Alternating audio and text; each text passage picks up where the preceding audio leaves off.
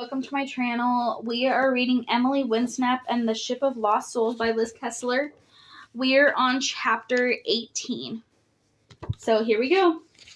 Tony was true to his word. He knew where most of the passengers were. An hour later, we'd found 9 passengers, most of the crew, including the captain of the ship. There were just 3 passengers and 1 crew member still to find. And Luena, we hadn't explained everything yet either. Tony had just told everyone to come with us, that it was important. We stopped for a break on the piece of headline overlooking a wide pink beach and a sparkling blue bay.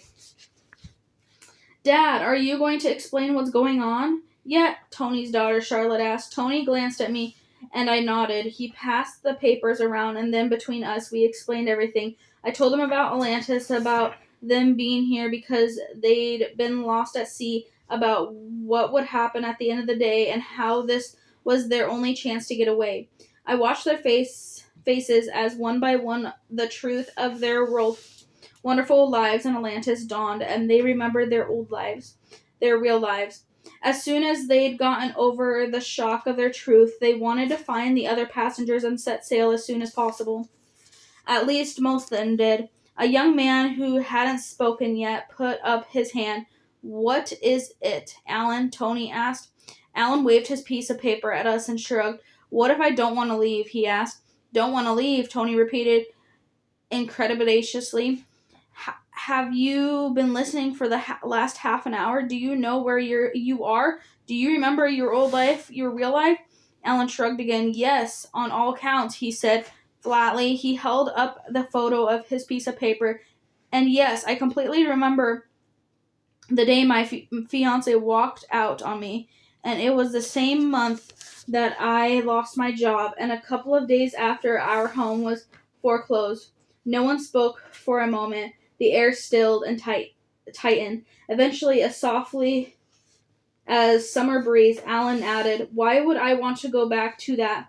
One of the women went over to Alan and stroked his arm. "That's awful," she said. "You poor thing." "Thanks, Gina," Alan mumbled. Tony frowned. "Alan, Atlantis isn't what you think it is." Alan shook his head. "I'm sorry, guys. You go if you like. I'm staying here." I looked at Tony. Could we let Alan stay when we had the chance to help him get away? A chance that, according to Alan, had virtually never happened before. A chance to choose life. Tony spoke softly. "You're not staying," he said. "I like it here," Alan insisted. "I've never been so happy anywhere. Never had so many friends. Never." "Where are your friends now, Alan?" Tony asked. "Not us, or the people who came here with us. Where are the ones who came before us?" Alan stared at him. His face clouded with confusion. "That's a thought," he murmured. "Where have they gone?" "My dad's right," Charlotte said. "The group from the Eclipse, remember? The ship that got here a week before us. Anyone seen any of them lately?" One of the older men spoke up. "None of those guys had been around for days now that I think about it," he said. "What about the crew of that sailboat? What was it called?" Tony went on. "The Blue Typhoon?"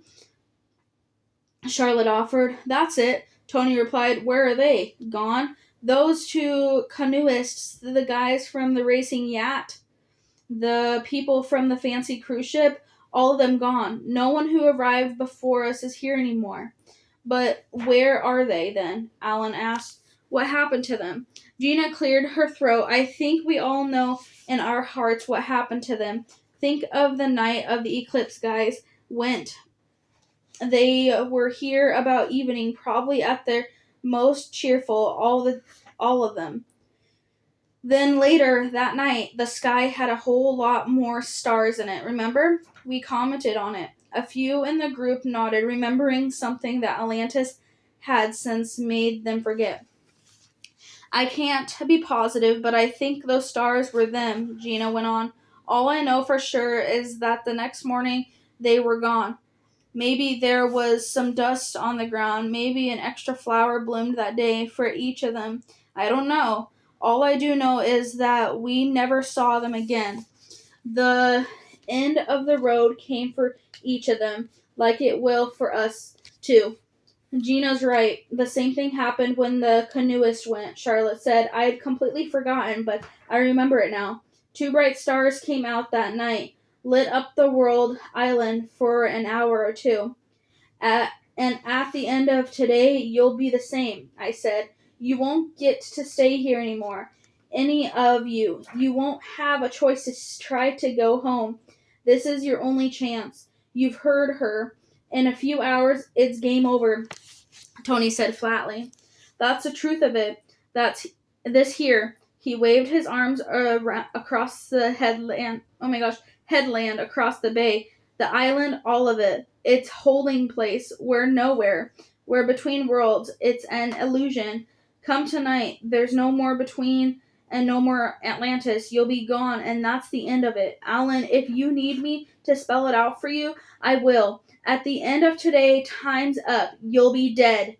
Alan's face had drained of color. So, your choice. Tony stared at him. Are you coming with us, or are we leaving you here to die alone?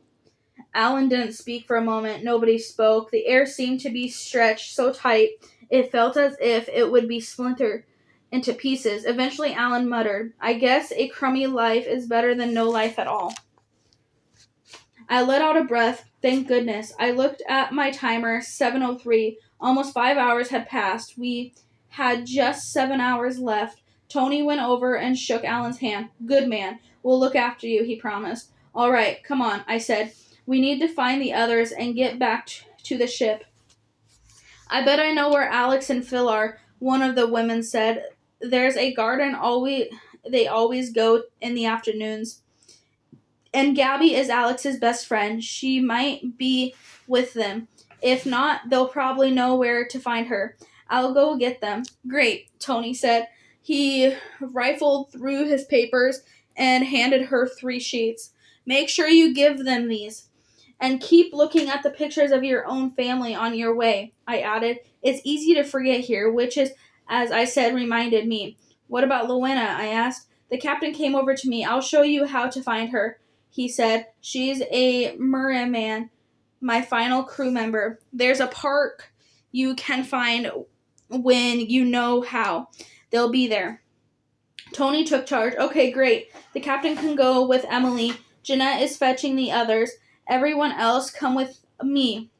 Get your stuff and we'll head back to the ship together. Let's all meet there. Say on the top deck in an hour.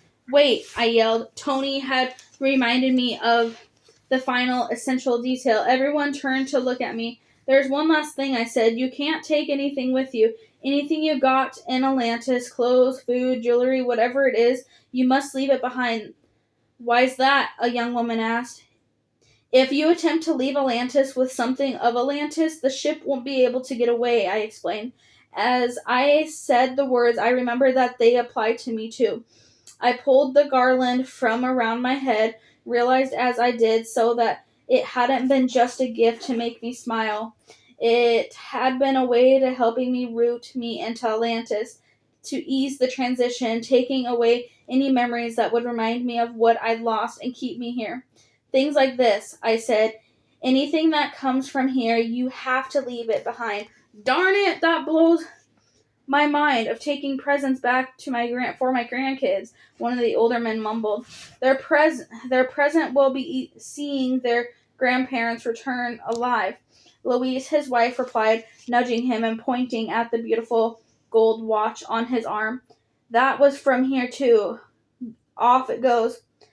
Just leave it all here, Tony said. Someone else will have a nice treat when they go for a walk on the headland.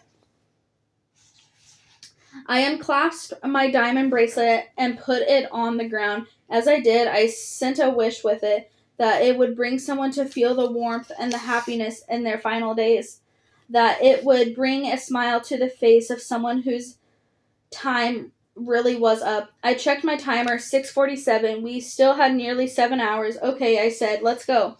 The captain and I left to the square together. He told me to call him Phil. I know a shortcut, he said as he strode ahead. I had to run to keep up with him. We left the square behind us, and I followed him. Up a tiny, windy street like all the other roads, it was cobblestone and quaint. On each side, gleaming white houses had wooden shutters and wall painted in pastel colors. They were so pretty that under any other circumstance I would have wanted to take my time strolling along the admiring each one.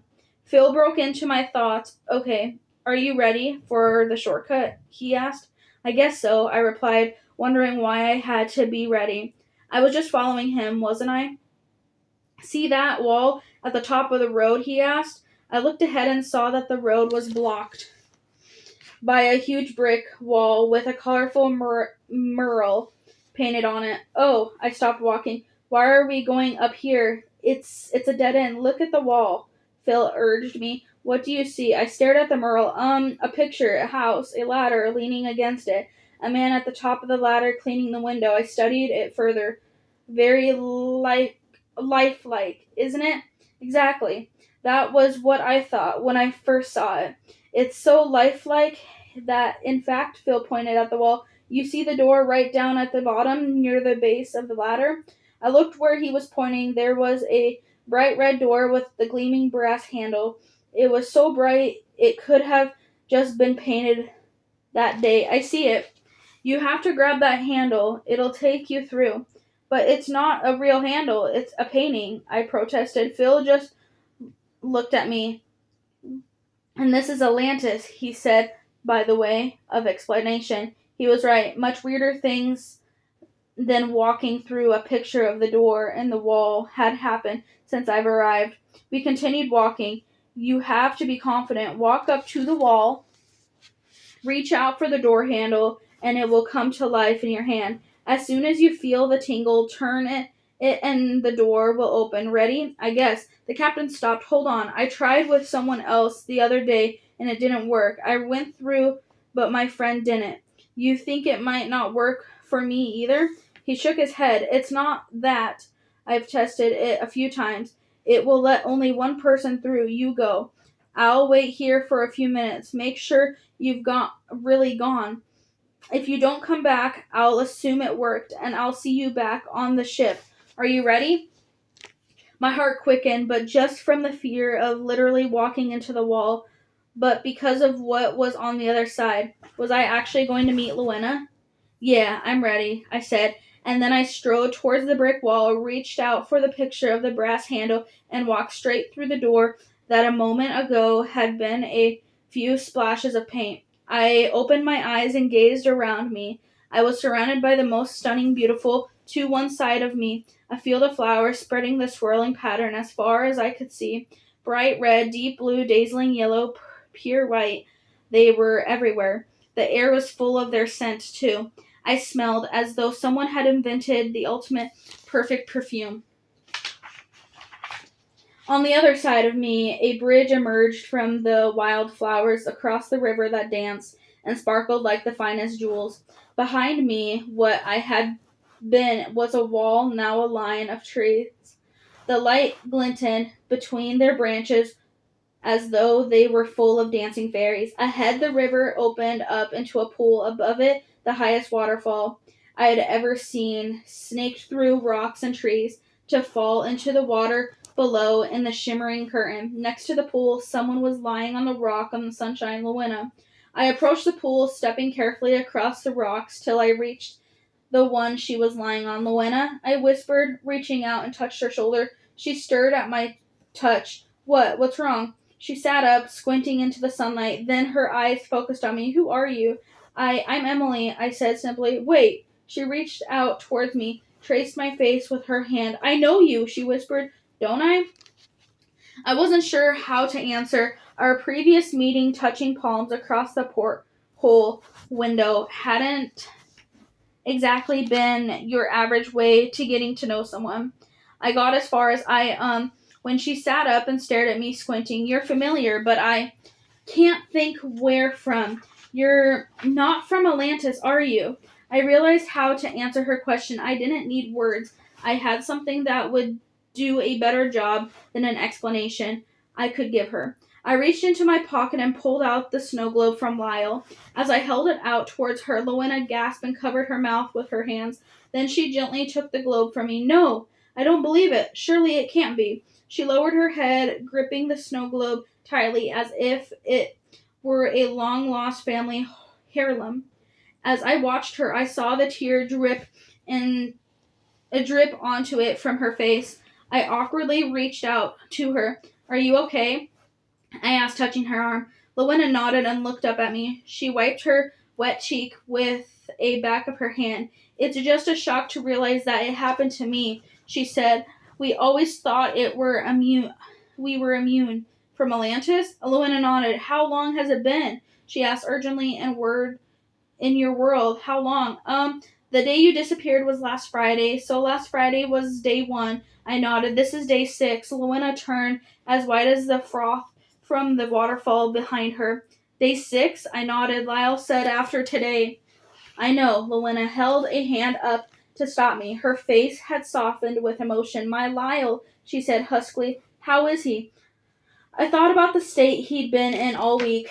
The sun-skinned eyes, unwashed clothes, pale skin. But then I thought about the glimmer of hope he'd had this morning when he came to see me off. Was it really 1 this morning? It felt like days ago. He's fine, I said. He wants you home. I tried so hard, she said. The ship was in bad shape when we arrived. To be honest, it took me at least the first day to recover from the shock that I had come through with it. Do you know why you did? I asked. Lowena took a deep breath to close her eyes. I just know I got caught up in the earthquake. I was too close to the ship when it hit. I didn't stand a chance. None of us did. Her voice cracked as she spoke.